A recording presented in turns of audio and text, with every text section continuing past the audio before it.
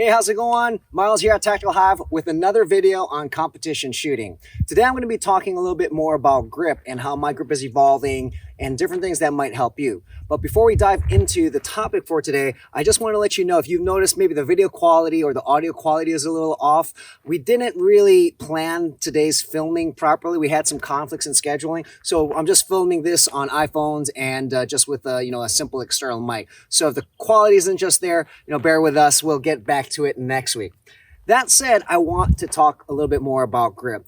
If you've watched some of our previous videos on competition shooting, as well as just in grip in general, you may have heard that when people, this applies to any type of shooting, any type of practical type of shooting, your grip is going to evolve. You will probably fall into something, a certain type of grip that you like. Then as you pick up something or as you learn more, you're going to be tweaking things little by little.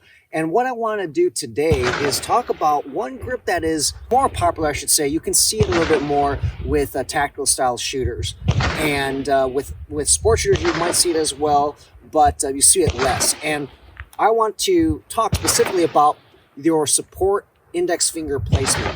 And you'll see in previous videos, and again, if you see a lot of militaristic training, people in special forces, in SWAT teams, things like that, this index finger, they typically will put it over the trigger guard, something like this.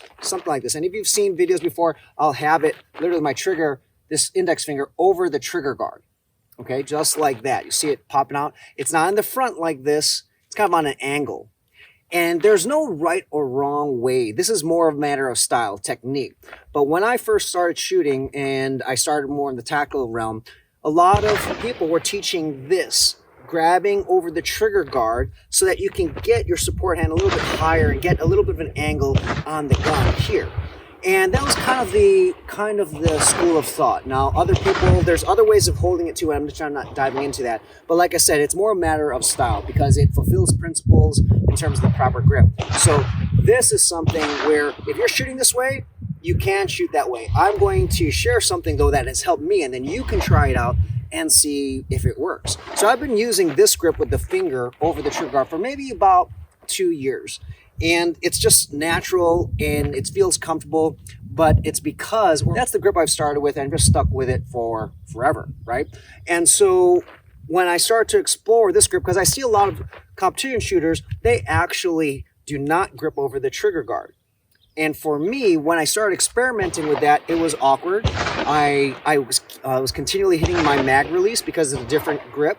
My index point is a little different. And I had a extended mag release and I was constantly hitting that. So I've taken it out because I realized that this grip where I'm not holding over the trigger guard actually works better for me. Right? And like I said, this is a matter of style. You're going to have to figure it out, what works best for you. But I want to share this because it might work for you, and I want to just basically share what I've noticed, the benefits of this type of grip. So as I mentioned before, I would have my finger over the trigger guard, just something like this, okay? And it was kind of angled where I could get a little bit more torque in my support hand. And that was the primary reason why I used it, and then over time, just kind of stuck with it.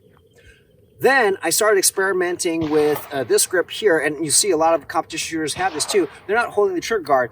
And at first it was awkward just because it's new. Doesn't mean it's wrong or anything like that. It was just not something I did before. And I noticed also when doing it, I was continually hitting the mag release, as I mentioned. But I stuck with it, got rid of the mag release and started exploring it more. And I will say, guys, my grip just feels so much more comfortable and I feel more confident and steady with this grip. Something to really consider when you are practicing and you're trying to get the best performance. You might be just like I did when I first started 2 years ago, and you're used to this going over the trigger guard. Give it a try, because what I notice is when I have contact with my hand, I just feel so much more pressure on this grip. It feels a lot more stable. And one of the reasons that I can think of is that this finger here, it's gripping the trigger guard and not actually helping me clamp down on the grip itself. And now I have an extra finger to actually clamp down and put that pressure. Now there might be schools of thought where maybe some who like this, getting this torquing up higher, you're not going to be able to do that. And that's true, because notice if I use all of my fingers here in the grip, I don't have this higher up. but it's give and take. And so you need to figure out what's more important to you. And who knows, maybe it will evolve. What I mean by that is maybe you start trying this grip out and you don't like it. You actually feel that having a little bit more torque, more leverage, like your support hand higher, that might actually feel better and you might perform better. But who knows, give it some time. Over time, you might actually find that any costs from this grip, any negatives, might be outweighed by the benefits or the pros. So this video is going to be shorter than the others because again, I don't have the audio and the visual here that we typically used to.